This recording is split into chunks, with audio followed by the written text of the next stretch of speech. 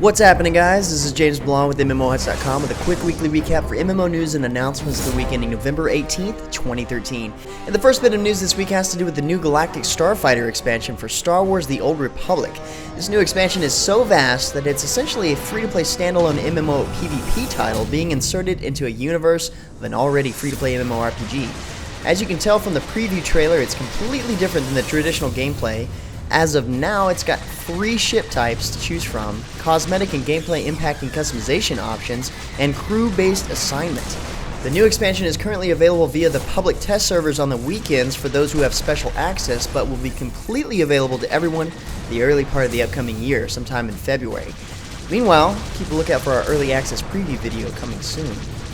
On a similar note, World of Warplanes had its day in celebration last week with its official launch, along with the formal introduction of the Unified Premium Account. The Wargaming Unified Premium Account lets you purchase premium account time in any one of their games and lets that account time account for all of the Wargaming games. Not to mention your gold can be shared between each one of these games as well. It's been a long run in the beta for World of Warplanes, but it currently features at its launch 5 nations and over 100 different aircraft to choose from, with many more to come in future updates. Next up, Phase 1 of Operation OMFG, Make Faster Game, is a go for Planetside 2. The SOE and the Planetside 2 team decided to take a break from content creation for a bit and work on optimization across the entire game, which is something I hear from players all the time in regards to the way the game plays for most of them. The first phase of the OMFG includes adjustments and enhancements to the UI, physics, sound, player processing, rendering code, and plenty more. And all of these changes will focus on enhancing the player's experience with a significant increase in frame rate and performance. We're talking 30% increase in frame rate improvement overall. The team plans to continue to elevate the game's optimization levels, focusing on engineering improvements to the visibility and physics system for Phase 2. Needless to say, this is good news for Planetside 2 fans. And speaking of overall enhancements and improved visuals, SOE released a new video for DC Universe Online showing off the before and after enhancements to the game in Update 31. And now it seems like the textures and physics of the environment have been lifted, along with the addition of life itself, people actually walking around. Even though this update is targeted to be more appealing for the PlayStation 4 launch, it's also headed towards PC players as well. Up next, an official launch date for the browser-based fantasy MMORPG Eldevin was announced by developer Hunted Cow Studios. The game sort of looks like a combination of RuneScape and Diablo, and combines story-based gameplay with choice. The game features PvP and group dungeons in addition to side quests and story-driven solo play, and after being in development and beta for quite some time, the game is set to officially launch Saturday, November 30th, with those who have purchased Founder Packs having early access on November 27th. Unfortunately, it too had its hard run. Originally, the game was expected to launch in 2012, but soon enough, its day will come. Well, it looks like another game made the transition to free-to-play last week. Well, almost. Dungeonland introduced a new free-to-play version for quick-to-die heroes. Dungeonland is a co-op action game where players play as heroes through a crazy theme park to face horrible and hilarious deaths. Starting now, everyone can get a taste of Dungeonland's cruelty and a small sample of gameplay in the Dungeon Maestro Tower game mode.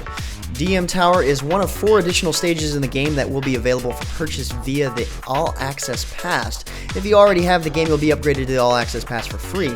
So the game isn't completely free to play yet, but it can get you a nice chunk of fun with friends for free, even if you're limited to just one game mode. Sorta kinda on the same note, the mighty quest for epic loot found its way to Steam over the weekend. According to the recent news post, it doesn't mean the game has transitioned over to open beta. Sadly, the game is still in a specific founder's closed beta, but moving over to Steam has got to be a sure sign the open beta is just around the corner for everyone. Last week also marked the official end of Season 3 for League of Legends and the beginning of a new preseason before 2014. Looks like there's going to be some major changes during this preseason according to Riot's latest Preseason 4 rundown. They plan to make changes to roles, positions, pre-game, along with the game flow, not to mention the visual changes we talked about the week before. Of course, all in all, they're working towards making a deeper, clearer, and more satisfying player experience for Season 4, and hopefully everything gets accepted well by the community. Dota 2, on the other hand, handed its players a pretty hefty 3 Spirits update last week. This massive update features coaching, crafting and socketing, the showcase view, plenty of new items, and of course the 3 Spirits Storm, Earth, and Ember. This is the gigantic update that delayed the launch of Diretide, but it seems to be enough to please the Dota 2 crowd for the time being. Plus, Valve did come clean saying it was wrong of them not saying anything about not shipping Diretide. Good news is Diretide is still coming in the next update. However, with the 3 Spirits update, players can now help new players learn how to play the game in one-on-one training sessions with their friends, or get your entire team together for a session with a professional player. They've seemed to have added a lot of cool tools for players to feel like coaches to their fellow new players, but that's just one of the new features added in this update. Check the link in the description below for a nice overview of the 3 Spirits update. Next up, Perfect World Entertainment and Cryptic Studios introduced Paragon Paths in Neverwinter. After announcing the second module for Neverwinter, Shadow Mantle, they went on to mention a more varied and unique gameplay experience for players.